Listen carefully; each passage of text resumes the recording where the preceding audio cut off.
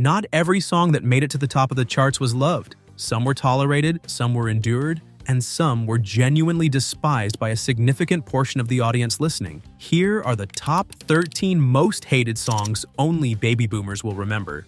Number 13, Disco Duck by Rick Dees. Rick Dees released Disco Duck in 1976, and it reached number 1 on the Billboard Hot 100, spending 10 weeks in the top 10 at a moment when disco was at its commercial peak. The backlash against the song was immediate and came from two directions simultaneously. Rock listeners who already resented the dominance of disco on radio found Disco Duck, a comedic record built around a man quacking his way through a dance floor narrative, to be a particularly galling example of the genre's commercial reach. Disco fans, for their part, were not exactly thrilled to have their music represented by a novelty record featuring duck sound effects. Rick Dees was a Memphis radio disc jockey at the time, and the song had started as a joke for his own show before being picked up for wider release. The production was cheap, the concept was deliberately absurd, and the fact that it topped the national chart while serious musicians were struggling to get airplay struck many listeners as evidence that the commercial music industry had lost its mind entirely. Dees has spoken in interviews about the response the song generated, noting that its success was as surprising to him as it was to everyone else. The record remained one of the most reliably mocked #1 singles of the decade, remembered primarily as a symbol of everything that critics and rock audiences found insufferable about the late 1970s music landscape. Number 12, We Built This City by Starship. Starship released We Built This City in 1985, and it went to number 1 on the Billboard Hot 100. It has since appeared on multiple authoritative lists of the worst songs ever recorded, including a Rolling Stone Readers poll in 2011 that named it the worst song of the 1980s and one of the worst songs ever made. The specific contempt the song attracts among people who were listening to music in the 1980s is connected in a very direct way to the band's history. Starship evolved from Jefferson Airplane, one of the most creatively significant and politically engaged bands of the late 1960s San Francisco psychedelic scene, and We Built This City sounded to the people who remembered that history like a total and deliberate abandonment of everything that had made the earlier incarnation of the band meaningful and important. The song's lyrics celebrated rock and roll while being constructed in a way that struck critics as hollow and thoroughly corporate. Produced with the synthesizer-heavy, polished sheen of mid-1980s commercial pop, rather than anything remotely resembling the raw creative energy and countercultural conviction the lyrics were ostensibly trying to invoke. Music journalists at the time were pointed in their criticism, and the critical consensus has not softened at all in the decades since. For baby boomers who had genuinely loved Jefferson Airplane in the late 1960s, who had listened to Surrealistic Pillow and Crown of Creation, and understood what that band had once represented in the American cultural landscape, hearing We Built This City on 1985, radio was an experience that many people who lived through it have described as genuinely depressing. A former icon of the counterculture now apparently producing what sounded, to their ears, like a corporate-sponsored jingle dressed up in the language of rock rebellion. Number 11, Muskrat Love by Captain and Tennille. Looks like Muskrat Love. Captain and Tennille released Muskrat Love in 1976, and it reached number 4 on the Billboard Hot 100. The song had originally been recorded by America in 1973, but the Captain and Tennille version, which featured synthesized muskrat sounds embedded in the arrangement, attracted a level of mockery that has been consistent across the decades since. President Gerald Ford was reportedly among those who found the song irritating. It was performed at the White House during a state dinner, and several accounts suggest that the assembled guests and the president himself were not enthusiastic audience members. Muskrat Susie, Muskrat Sam. The song describes the romantic and domestic life of two muskrats in detailed, earnest terms that a significant portion of the listening public found either absurdly precious or simply strange. The synthesized animal sounds added an element that pushed an already unusual premise further into territory that rock and serious pop listeners found difficult to accept. Captain and Tennille were genuinely successful commercial artists of the mid-1970s and had real hit-making ability, which made Muskrat Love something of an anomaly in their catalog, a record that demonstrated their commercial reach while simultaneously becoming the entry most associated with the backlash against what critics described as the softer, more sentimental end of 1970s pop. Looks like Muskrat Love. Number 10, Ebony and Ivory by Paul McCartney and Stevie Wonder. Ebony and Ivory. Paul McCartney and Stevie Wonder released Ebony and Ivory in 1982, and it reached number 1 in both the United States and the United Kingdom, where it spent 3 weeks at the top of the chart. The critical response to the song at the time of its release was considerably less enthusiastic than the commercial performance suggested. Music critics found the lyrical message that racial harmony could be illustrated through the metaphor of piano keys to be simplistic to the point of condescension, and the smooth, polished production was widely described as bland by reviewers who expected more from two of the most talented musicians of their generation. The specific frustration around Ebony and Ivory was connected to expectations. McCartney had written some of the most celebrated songs in the history of popular music. Wonder had produced a string of albums in the 1970s: Inner Visions, Fulfillingness First Finale, Songs in the Key of Life, that were universally regarded as among the great artistic achievements of that decade. To hear the two of them together produce something that many critics characterized as a well-intentioned but musically inert message song was a disappointment that the song's enormous commercial success only seemed to amplify. The backlash among rock critics was pointed enough that the song became a reference point for discussions about the gap between commercial success and artistic credibility in 1980s pop. Number 9, My Sharona by The Knack. The Knack released My Sharona in 1979, and it went to number 1 on the Billboard Hot 100, where it stayed for 6 consecutive weeks, becoming the longest-running number 1 single of that year. The song was enormously popular and also attracted genuine hostility from a section of the music press and listening public. The backlash had several components. Critics who were paying attention to the emerging British punk and new wave scenes found the song's production, which was deliberately modeled on early Beatles recordings, to be nostalgic in a way they found backward-looking at a moment when the music landscape was supposed to be moving forward. There was also a campaign organized in Los Angeles during 1979 called Nuke the Knack, which distributed buttons and organized opposition to the band's perceived overexposure on radio. The campaign was mostly tongue-in-cheek, but reflected a genuine listener fatigue with the song's ubiquitous radio presence that summer. My Sharona spent so many weeks in heavy rotation that listeners who did not particularly love it to begin with had ample opportunity to develop a stronger negative response. The song has outlasted much of the criticism directed at it and remains recognizable to virtually everyone who was listening to the radio in 1979. But the backlash of that original summer was real and organized in a way that was unusual for a single pop record. Number 8, Having My Baby by Paul Anka. Paul Anka released Having My Baby in 1974, and it reached number 1 on the Billboard Hot 100. The feminist response to the song was swift, substantial, and publicly organized. The lyrics' framing, in which a woman's pregnancy is presented entirely from the perspective of the expectant father as a gift to him, an expression of her love, and a source of his pride, was identified by critics and women's organizations as a troubling and revealing example of how male-centered mainstream popular music could be in its treatment of experiences that were fundamentally about women's bodies, women's choices, and women's health. Ms. Magazine gave Paul Anka a Keep Her in Her Place award specifically in response to the song's lyrical perspective, an honor that was intended to be satirical and that generated considerable press coverage.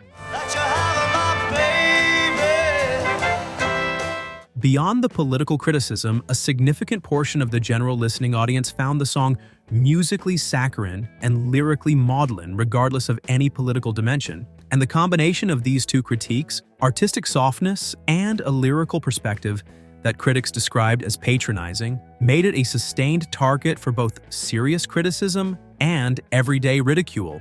Baby boomers who had come of age during the women's liberation movement of the early 1970s had a specific and charged cultural context for hearing a song in which a woman's pregnancy was narrated through her partner's emotional response. And that context made the backlash considerably more pointed and durable than it might have been in an earlier decade, when such framing would have passed without comment. Anka was a skilled and experienced professional pop songwriter who had navigated the music industry successfully since the late 1950s, and he has maintained in later interviews that the song was misread and that its sentiment was genuinely warm rather than politically retrograde. Whatever his intentions, Having My Baby became the entry in his catalog most associated in the public memory with the cultural conflicts of its specific moment rather than with his broader and genuine craft as a songwriter. Number 7, Afternoon Delight by Starlin Vocal Band. Starlin Vocal Band released Afternoon Delight in 1976, and it reached number 1 on the Billboard Hot 100, remaining there for 2 weeks. The song won the Grammy Award for Best New Artist for the duo at the 1977 Grammy ceremony, an outcome that was regarded by a significant portion of the music press and the recording industry at the time as evidence that Grammy voters had made a spectacularly tone-deaf judgment about what the year's musical landscape actually offered. The song's subject matter, an afternoon sexual encounter described through a surface layer of plausible deniability that was transparent to virtually any adult who heard it, attracted primarily mockery rather than genuine controversy, since the record was considered too gentle and good-natured to be truly provocative and too obvious in its actual intentions to sustain any pretense of innocence. The specific Grammy controversy around Afternoon Delight became the lens through which many baby boomers encountered and remembered the song. It became notable not just for being a substantial hit, but for winning an award that critics and industry professionals considered almost comically misplaced. Starlin Vocal Band essentially vanished from the commercial charts after their initial breakthrough, which made the Grammy win feel even more puzzling in retrospect, as observers watched one of the music industry's most prominent annual awards go to an act whose entire commercial life consisted of a single #1 single followed by complete commercial invisibility. The song has been the subject of affectionate and sometimes pointed ridicule in popular culture for decades, since appearing as a cultural reference point in television programs that want to evoke the specific atmosphere and questionable taste of the mid-1970s American pop landscape for audiences who were there and remember it clearly. Number 6, Rock Me Amadeus by Falco. Falco released Rock Me Amadeus in 1986, and it reached number 1 on the Billboard Hot 100, making it the first and only German-language #1 single in American chart history. The song was a commercial phenomenon in Europe before its American breakthrough, and it arrived in the United States with an enormous promotional campaign behind it. The American response was divided. The song found a substantial audience, particularly among younger listeners, while simultaneously attracting mockery from rock audiences who found its combination of rap-influenced vocal delivery, synthesizer production, and repeated invocations of Wolfgang Amadeus Mozart's name to be an almost absurdist combination. The backlash was connected partly to the novelty of the concept and partly to the aggressive promotional push the record received from its label. American classic rock listeners in 1986 were not necessarily the natural audience for an Austrian rap-influenced pop record about a classical composer, and radio programmers who were pushing the song into heavy rotation in markets where it did not fit organically produced listener fatigue and complaint in fairly short order. The song remains a genuine cultural artifact of the mid-1980s, and its chart achievement is historically significant, but the combination of novelty and overexposure made it one of the more reliably mocked hits of that year among baby boomer listeners who encountered it long after they had established their musical preferences. Number 5, Billy Don't Be a Hero by Bo Donaldson and the Haywoods.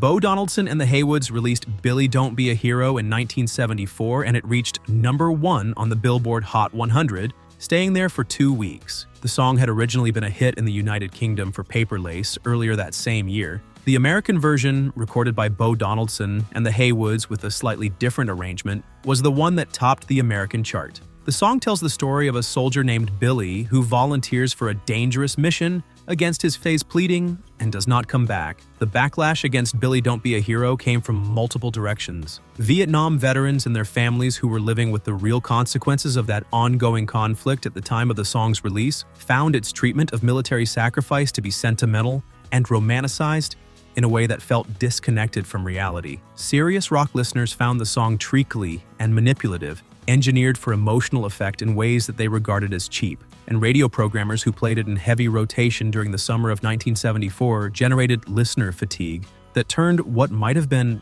passive indifference into active irritation. The song has since become a reference point for a certain kind of early 1970s pop, the narrative story song with a melodramatic emotional payoff that audiences of the period either loved or found deeply grating. Number 4, Seasons in the Sun by Terry Jacks. We had joy, we had fun, we had seasons in the sun. Terry Jacks released Seasons in the Sun in early 1974, and it reached #1 on the Billboard Hot 100, where it stayed for 3 consecutive weeks. It also topped the charts in the United Kingdom, Canada, and a significant number of other countries, making it one of the most internationally successful singles of that year. The song was an adaptation of a French composition by Jacques Brel called Le Moribond, with English lyrics by poet and songwriter Rod McCuen, and it told the story of a dying man saying his final goodbyes to the people in his life, his father, his best friend, and a woman he loved. The commercial response was enormous, reflecting something in the song's emotional premise that connected with a large listening audience in a way that surprised many industry observers. We had joy, we had fun, we had seasons in.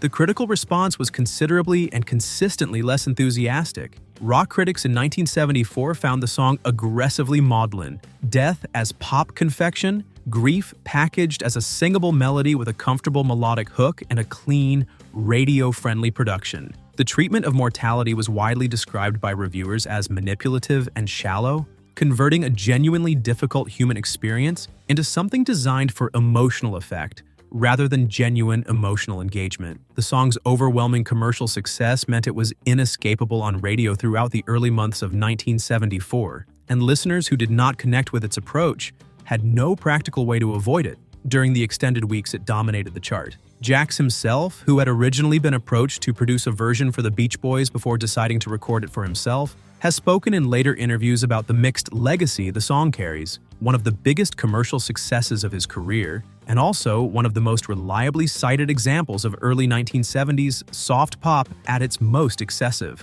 It appears consistently in retrospective critical assessments of the decade's most irritating chart successes, alongside Muskrat Love and Billy Don't Be a Hero, as part of what critics describe as a mid-decade tradition of sentimental pop that many listeners found genuinely difficult to tolerate in its original moment and remember with a very specific kind of involuntary recognition today. We had joy, we had fun, we had seasons in the sun. Number 3, MacArthur Park by Richard Harris. I don't think that I can take it, 'cause it took so. Richard Harris released MacArthur Park in 1968, and it reached #2 on the Billboard Hot 100, making it one of the most commercially successful songs of that year and one of the longest singles, running to over 7 minutes, to achieve that chart position in the rock era up to that point. It was written by Jimmy Webb and built around an extended metaphor involving a cake being left out in the rain, which then expands into a broader meditation on loss, memory, and the irreversibility of time. The Cake in the Rain lyric attracted more sustained and consistent mockery than almost any other line in the history of 1960s commercial pop, becoming a reliable punchline in comedy programs, critical essays, and casual conversation among listeners who encountered it with various degrees of genuine bafflement. I don't think that I can take it. Rock listeners of the period who valued directness, authenticity, And the kind of emotional transparency that the best rock and roll was built on found the song's elaborate, florid artifice to be the opposite of everything they were looking for in popular music. The 7-minute runtime, the symphonic orchestral arrangement, the operatic ambitions of the whole enterprise, all of it read to certain ears as overreach, a pop song that had swallowed more than it could manage and was drowning in its own ambition. Donna Summer covered the song in 1978 in a disco arrangement produced by Giorgio Moroder that reached #1 on the Billboard Hot 100, introducing the cake in the rain metaphor to an entirely new generation of listeners who were equally divided about what to make of it. For baby boomers who encountered the Richard Harris version in 1968 and then encountered the Donna Summer version in 1978 on a completely different radio station at a completely different point in their lives, MacArthur Park represented something of a recurring confrontation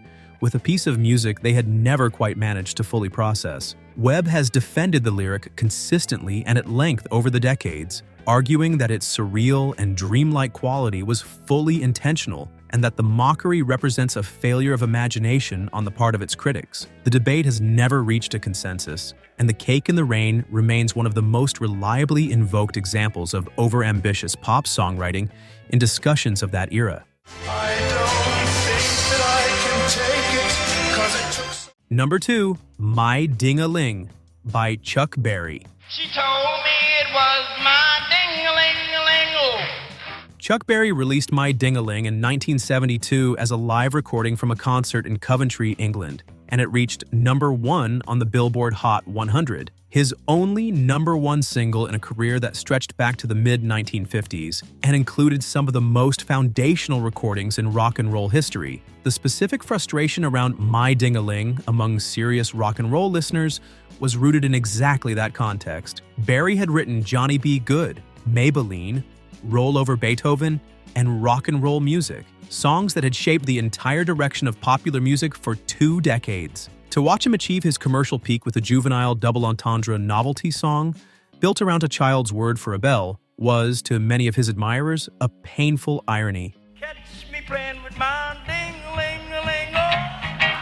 The song's enormous commercial success seemed to demonstrate something uncomfortable about the relationship between artistic achievement and commercial reward that Berry's career had illustrated with consistent bitterness since the 1950s. He had created an art form and watched other artists profit more substantially from it. He had served time in prison under circumstances that many observers characterized as racially motivated prosecution, and the one moment when the American singles chart finally delivered him a #1 position. It came via a record that his most devoted fans considered a novelty item rather than a genuine creative achievement. The BBC banned the record following a campaign by Mary Whitehouse, which generated additional attention and additional sales. The comedy of the situation was not lost on Berry himself, who has spoken about it with the kind of dry awareness of someone who had been navigating the music industry's contradictions for longer than most of his audience had been alive. She told me it was my ding-a-ling-a-ling-o.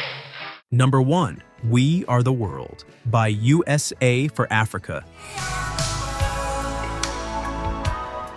USA for Africa released We Are the World in March 1985, and it became one of the fastest-selling singles in American history at the time, raising over $60 million for African famine relief. The project was organized by Harry Belafonte, produced by Quincy Jones, written by Michael Jackson and Lionel Richie, and recorded with a cast of approximately 45 of the most commercially successful artists in the world at the time, including Ray Charles, Bob Dylan, Bruce Springsteen, Cyndi Lauper, Billy Joel, Tina Turner, Diana Ross, and many others. The commercial and humanitarian achievement was genuine and substantial.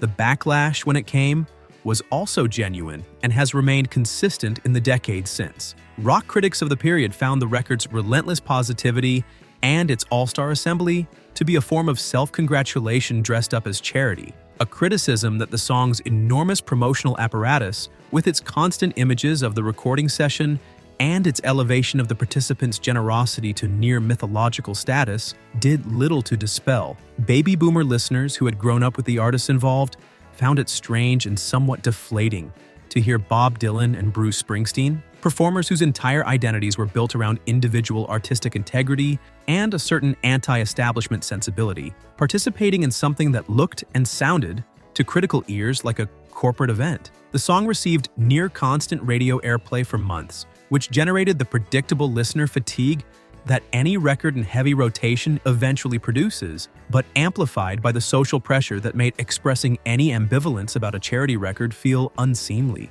The combination of saturation airplay, critical skepticism, and the social awkwardness of disliking something explicitly designed to help starving people made We Are the World one of the most complicated listening experiences of the decade for anyone paying close attention to what was actually happening around it. If any of these songs just played in your head and made you wince a little, or brought back a flood of very specific memories, then you know exactly what this list was about. If you enjoyed this video, please give it a like and subscribe to the channel. There is a lot more where this came from.